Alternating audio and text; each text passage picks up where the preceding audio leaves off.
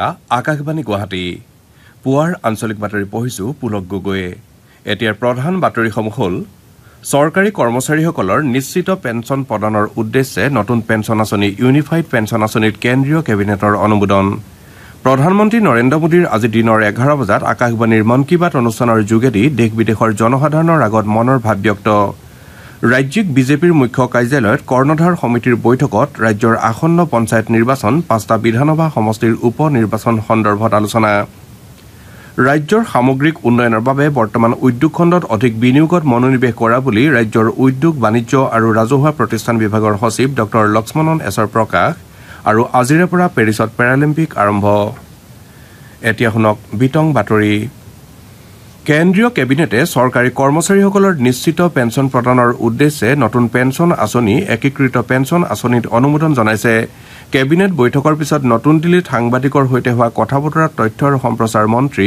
অশ্বিনী বৈষ্ণৱে কয় যে এই আঁচনিৰ অধীনত 25 বছৰ সেৱা আগবঢ়োৱাৰ পাছত শেষৰ 12টা মাহৰ দৰমহাৰ 50% পেন্সন হিচাপে আগবঢ়োৱা হ'ব তদুপৰি এই আঁচনিত কৰ্মচাৰীৰ মৃত্যুৰ পাছত পৰিয়ালৰ বাবে 60% পেন্সনৰ নিশ্চিতি প্ৰদান কৰা হৈছে শ্ৰী বৈষ্ণৱে কয় যে এই আঁচনিৰ জৰিয়তে প্ৰায় 23 লাখ কেন্দ্ৰীয় চৰকাৰৰ কৰ্মচাৰী উপকৃত হ'ব এই আঁচনিখন 2025 চনৰ 1 এপ্ৰিলৰ পৰা কাৰ্যকৰী হ'ব শ্ৰী বৈষ্ণৱে লগতে কয় যে প্ৰধানমন্ত্ৰী নৰেন্দ্ৰ মোদীৰ সভাপতিত্বত অনুষ্ঠিত কেবিনেটে অৰ্থনীতি পৰিৱেশ আৰু নিয়োগ নীতিৰ ক্ষেত্ৰত বায়ো E3 জৈৱ প্ৰযুক্তিৰ অনুমোদন জনাইছে শ্ৰী বৈষ্ণৱে কয় যে ইয়াৰ জৰিয়তে উদ্যমিতা বিকাশৰ আৰু গৱেষণাৰ ক্ষেত্ৰত উদ্ভাৱনীমূলক দিশত এই আঁচনি সহায় কৰিব কেবিনেটে 10,579 কোটি টকা নিৰ্ধাৰণেৰে বিজ্ঞান ধাৰা 3খন মুখ্য আঁচনি অব্যাহত ৰখাত অনুমোদন জনাইছে প্ৰধানমন্ত্ৰী নৰেন্দ্ৰ মোদীয়ে কালি নতুন দিল্লীত কেন্দ্ৰীয় চৰকাৰৰ কৰ্মচাৰী সংস্থাৰ যুটীয়া মঞ্চ জইণ্ট কনচালটেটিভ মেচিনাৰীৰ এটা প্ৰতিনিধি গোটৰ সৈতে এখন বৈঠকত মিলিত হয়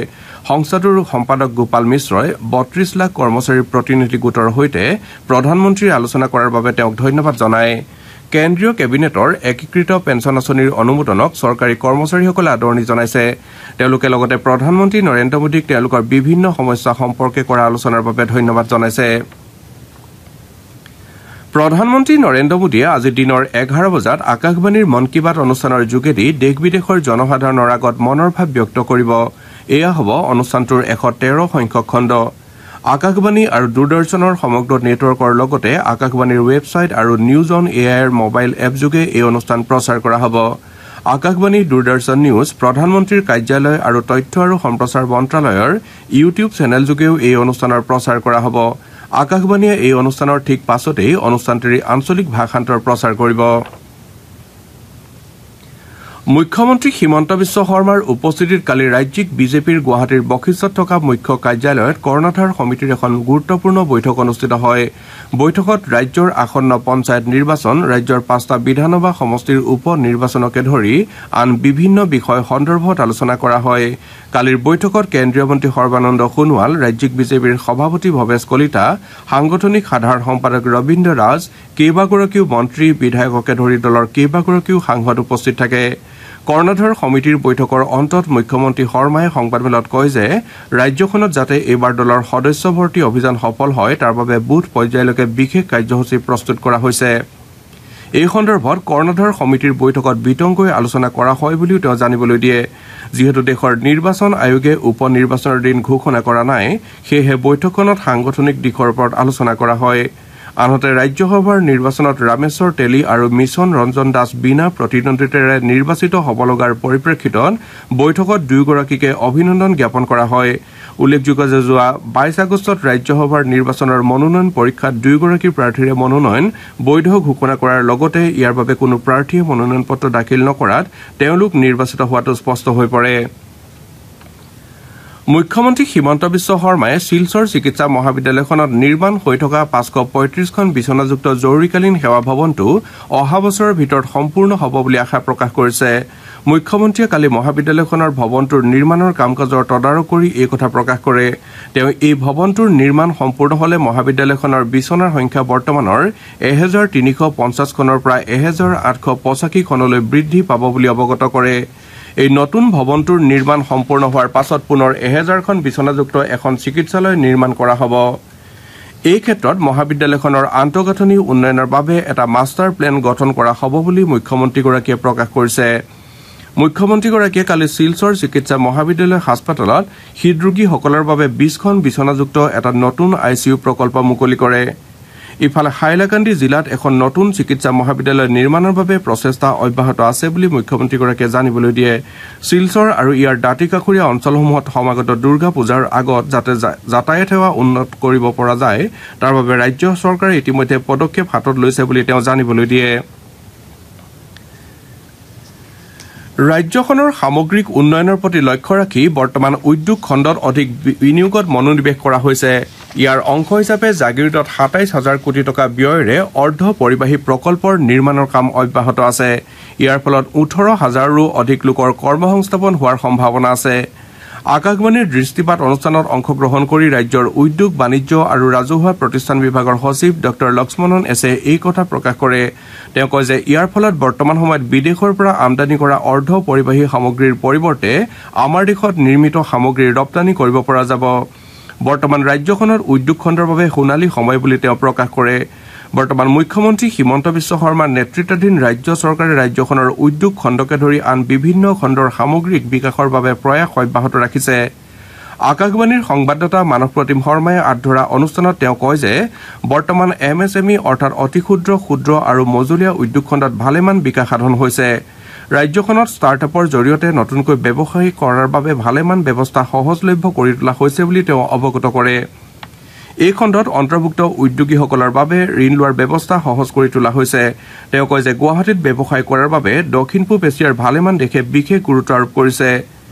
এই ক্ষেত্ৰত ৰাজ্য চৰকাৰে বিশেষ সহযোগিতা আগবঢ়াই আহিছে। এই প্ৰসংগত তেওঁ গুৱাহাটীত বাংলাদেশ আৰু ভূটানৰ উচ্চায়ুক্তৰ কাৰ্যালয় স্থাপনৰ কথাটো উল্লেখযোগ্য বুলি অভিহিত কৰে। গুৱাহাটী আন্তঃৰাষ্ট্ৰীয় বিমানবন্দৰত দ্বিতীয়টো টাৰ্মিনেল নিৰ্মাণৰ প্ৰসংগত তেওঁ কয় যে বৰ্তমান সময়ত গুৱাহাটী বিমান বন্দৰটো দেশৰ অন্যতম ব্যস্ততাপূৰ্ণ বিমান বন্দৰ হিচাপে পৰিগণিত হৈছে। বৰ্তমান গুৱাহাটীলৈ আন্তঃৰাষ্ট্ৰীয় বিমানৰ সংখ্যা বৃদ্ধি হোৱা বুলি তেওঁ উল্লেখ কৰে। তেওঁ লগতে কয় যে ৰাজ্য চৰকাৰে অসম ঔদ্যোগিক বিকাশ নিগমৰ পৃষ্ঠপোষকতাত আন সংশ্লিষ্ট পক্ষৰ সৈতে গুৱাহাটী বিমান বন্দৰত এটা কাৰ্গো টাৰ্মিনেল স্থাপন কৰা হ'ব বুলি তেওঁ অৱগত কৰে। ইয়াৰ ফলত অসম তথা উত্তৰ পূৰ্বাঞ্চলৰ বিভিন্ন সামগ্ৰী ব্যাপক পৰিমাণত ৰপ্তানি কৰিব পৰা যাব বুলি ড লক্ষ্মণন এছে অৱগত কৰে। লগতে কৰ্মসংস্থাপনো বৃদ্ধি পাব বুলি তেওঁ জানিবলৈ দিয়ে। গুৱাহাটীত স্থাপন কৰিবলগীয়া IIMৰ প্ৰসংগত তেওঁ ৰাজ্যখনত বিগত ৭ পৰা ৮ বছৰত অৰ্থনৈতিক বিকাশ অধিক ত্বৰান্বিত হৈছে বুলি প্ৰকাশ কৰে। আপোনালোকে পুৱাৰ আঞ্চলিক বাতৰি শুনিছে আকাশবাণী গুৱাহাটী কেন্দ্ৰৰ পৰা। মুখ্যমন্ত্ৰী হিমন্ত বিশ্ব শৰ্মাই কালি কাছাৰ জিলাৰ বাৰ এছ'চিয়েশ্যনৰ ১৫০ বছৰীয়া জয়ন্তী উদযাপনৰ কাৰ্যসূচীত অংশগ্ৰহণ কৰে। কাৰ্যসূচীত ভাষণ দি মুখ্যমন্ত্ৰীয়ে কাছাৰ জিলাৰ বাৰ এছ'চিয়েশ্যনৰ ১৫০ বছৰীয়া এটা দীঘল পৰিক্ৰমা বুলি মন্তব্য কৰি কয় যে ১৫০ বছৰ এটা অনুষ্ঠান সবলভাৱে জীয়াই ৰাখি তথা সফলতাৰে কাৰ্যনিৰ্বাহ কৰি এটা নিদৰ্শন স্থাপন কৰাটো এটা বিশেষ কৃতিত্ব। ভাৰতবৰ্ষৰ গণতন্ত্ৰৰ জননী বুলি উল্লেখ কৰি তেওঁ কয় যে ভাৰতীয় গণতন্ত্ৰৰ অন্যতম মূল ভিত্তি হৈছে ন্যায়পালিকা। অধিবক্তা হ'ল ন্যায়িক ব্যৱস্থাটোৰ অন্যতম গুৰুত্বপূৰ্ণ অংগ বুলি মুখ্যমন্ত্ৰীগৰাকীয়ে লগতে উল্লেখ কৰে। দেশৰ ন্যায়িক ব্যৱস্থাটো এটা নতুন দিশে গতি কৰিছে বুলি মন্তব্য কৰি ড শৰ্মাই কয় যে ব্ৰিটিছে প্ৰৱৰ্তন কৰা IPS, CRPC আৰু ইণ্ডিয়ান এভিডেন্স আইন আদিৰ পৰিৱৰ্তে দেশৰ সংসদে বৰ্তমান ভাৰতীয় ন্যায় সংহিতা, ভাৰতীয় নাগৰিক সুৰক্ষা সংহিতা আৰু ভাৰতীয় সাক্ষ্য অধিনিয়ম আইন শুদ্ধ আৰু বৈজ্ঞানিক দৃষ্টিভংগীৰে প্ৰণয়ন কৰা হৈছে। ব্ৰাজিলৰ বিদেশ মন্ত্ৰী মোৰ ভিয়েৰা 4দিনীয়া ভাৰত ভ্ৰমণসূচীৰে আজি নতুন দিল্লীত উপস্থিত হ'ব। মঙলবাৰে বিদেশ মন্ত্ৰী ড এছ জয়শংকৰ আৰু শ্ৰী ভিয়েৰাই ভাৰত ব্ৰাজিল নৱম যুটীয়া আয়োগৰ বৈঠকত সভাপতিত্ব কৰিব। বিদেশ মন্ত্ৰালয়ে কৈছে যে এই বছৰ ব্ৰাজিলে G20ৰ অধ্যক্ষতা কৰাৰ লগে লগে দুয়োখন দেশে G20ৰ মূল ফলাফলসমূহ কেনেদৰে আগবঢ়াই নিব সেই বিষয়ে বৈঠকত আলোচনা কৰা হ'ব। মন্ত্ৰালয়ে লগতে কৈছে যে ভাৰত আৰু ব্ৰাজিলে বিভিন্ন ক্ষেত্ৰত সম্পৰ্ক ৰক্ষা কৰি আহিছে। মন্ত্ৰালয়ে লগতে কয় যে বিদেশ মন্ত্ৰীগৰাকীৰ এই ভ্ৰমণে ২০০৬ চনতে প্ৰতিষ্ঠা হোৱা কৌশলগত অংশীদাৰিত্ব অধিক সুদৃঢ় কৰাৰ সুবিধা আগবঢ়োৱাৰ লগতে বিভিন্ন ক্ষেত্ৰত দ্বিপাক্ষিক, আঞ্চলিক আৰু বহুপাক্ষিক সহযোগিতাৰ নতুন পথ মুকলি কৰিব। নাছাৰ দুগৰাকী মহাকাশচাৰী সুনিতা উইলিয়ামছ আৰু বেৰী উইলমৰে 2025 চনৰ ফেব্ৰুৱাৰীত স্পেচ এক্সৰ জৰিয়তে পৃথিৱীলৈ উভতি আহিব। তেওঁলোকে 8-দিনীয়া অভিযানেৰে মহাকাশলৈ ৰাওনা হৈছিল যদিও ষ্টাৰলাইনাৰ মহাকাশযানখন কিছু সমস্যাৰ বাবে এতিয়া প্ৰায় 8 মাহ মহাকাশত কটাব। নাছাই ঘোষণা কৰিছে যে ষ্টাৰলাইনাৰ মহাকাশযানখন মানৱবিহীনভাৱে পৃথিৱীলৈ উভতি আহিব। দৰং মহাবিদ্যালয়ৰ অসমীয়া বিভাগে গ্ৰহণ কৰা শিক্ষা হেতু শীৰ্ষক জনকল্যাণমূলক আঁচনিৰ জৰিয়তে কালি তেজপুৰৰ কেতেকীবাৰীস্থিত নৱপ্ৰভাৱ শিশুগৃহত শিক্ষণ সামগ্ৰী আৰু খাদ্য সামগ্ৰী বিতৰণ কৰা হয়। মহাবিদ্যালয়খনৰ অসমীয়া বিভাগৰ শিক্ষক শিক্ষয়িত্ৰীসকলে নৱপ্ৰভাৱ শিশুগৃহত উপস্থিত হৈ শিশুসকলৰ সৈতে অন্তৰংগ আলাপ কৰে। অনুষ্ঠানত দৰং মহাবিদ্যালয়ৰ ছাত্ৰ ছাত্ৰীসকলে শিশুসকলৰ মনোৰঞ্জনৰ বাবে গীত নৃত্য আদি পৰিৱেশন কৰে। অসমৰ প্ৰথম অৰ্জুন বঁটাপ্ৰাপক ভোগেশ্বৰ বৰুৱাৰ জন্মদিন উপলক্ষে 3 ছেপ্টেম্বৰত প্ৰতিবছৰে অভিৰুচি ক্ৰীড়া দিৱস উদযাপন কৰা হয়। এইবাৰ 41 সংখ্যক অভিৰুচি ক্ৰীড়া দিৱস দুদিনীয়াকৈ পালন কৰা হ'ব। অহা 3 আৰু 4 ছেপ্টেম্বৰত অনুষ্ঠিত হ'বলগীয়া এই দিৱসৰ কাৰ্যসূচীত অসম গৌৰৱ লাভলীনা বৰগোহাঁই আৰু অলিম্পিয়ান হকী খেলুৱৈ TH অনুৰাধা দেৱীয়ে মুখ্য অতিথি হিচাপে অংশগ্ৰহণ কৰিব। পেৰিছত আজিৰে পৰা বিশেষভাৱে সক্ষম খেলুৱৈৰ ক্ৰীড়া সমাৰোহ পেৰালিম্পিক আৰম্ভ হ'ব। এইবাৰ প্ৰতিযোগিতাত ভাৰতৰ 84জন খেলুৱৈয়ে অংশগ্ৰহণ কৰিব। পেৰালিম্পিকলৈ প্ৰেৰণ কৰা এয়া হৈছে ভাৰতৰ সৰ্ববৃহৎ দল। টকিঅ' অলিম্পিক 2020ত ভাৰতে মুঠ 54জনীয়া খেলুৱৈৰ এটা দল প্ৰেৰণ কৰিছিল। পেৰিছ অলিম্পিকত ভাৰতীয় দলৰ 32গৰাকী মহিলা খেলুৱৈ অন্তৰ্ভুক্ত হৈছে। ভাৰতে এইবাৰৰ পেৰালিম্পিকত 3টা নতুন ক্ৰীড়াক্ৰমে পেৰা চাইক্লিং, পেৰা ৰয়িং আৰু দৃষ্টিহীন ব্লাইণ্ড জুডোত প্ৰথমবাৰৰ বাবে প্ৰতিদ্বন্দ্বিতা কৰিব, যাৰ ফলত দেশৰ অংশগ্ৰহণ 12টা ক্ৰীড়ালৈ বৃদ্ধি হ'ব। সামগ্ৰিকভাৱে পেৰিছ অলিম্পিকত 22টা ক্ৰীড়া অনুষ্ঠিত হ'ব। কেন্দ্ৰীয় যুৱ পৰিক্ৰমা আৰু ক্ৰীড়া মন্ত্ৰী ডঃ মনসুখ মাণ্ডাভিয়াই দেশৰ সকলো ক্ৰীড়াপ্ৰেমীক ৰাষ্ট্ৰীয় ক্ৰীড়া দিৱসত অংশগ্ৰহণ কৰিবলৈ আহ্বান জনাইছে। অহা 29 আগষ্টত ৰাষ্ট্ৰীয় ক্ৰীড়া দিৱস পালন কৰা হ'ব। ক্ৰীড়া মন্ত্ৰীগৰাকীয়ে প্ৰধানমন্ত্ৰী মোদীৰ ফিট ইণ্ডিয়া অভিযানক আগবঢ়াই নিবলৈ সকলোকে আহ্বান জনায়। তেওঁ লগতে কয় যে নিজকে সুস্থ সবল কৰি ৰখাটো প্ৰতিগৰাকী ভাৰতীয়ৰ দায়িত্ব। ৰাষ্ট্ৰীয় ক্ৰীড়া দিৱস কেৱল দেশৰ খেলুৱৈসকলক সন্মানিত কৰাৰ বাবে এটা উপলক্ষই নহয়, বৰং এই দিৱসে সন্তুলিত আৰু সুস্থ জীৱন বৰ্তাই ৰখাত ক্ৰীড়াই কিদৰে সহায় কৰে সেই বিষয়েও সোঁৱৰাই দিয়ে বুলি ডঃ মাণ্ডাভিয়াই উল্লেখ কৰে। এতিয়া শুনক আজি গুৱাহাটীৰ পৰা প্ৰকাশিত দৈনিক বাতৰি কাকতসমূহৰ প্ৰথম পৃষ্ঠাৰ বাতৰিত চমুৱকণ আগবঢ়াইছে প্ৰজন্মা চহৰীয়াই।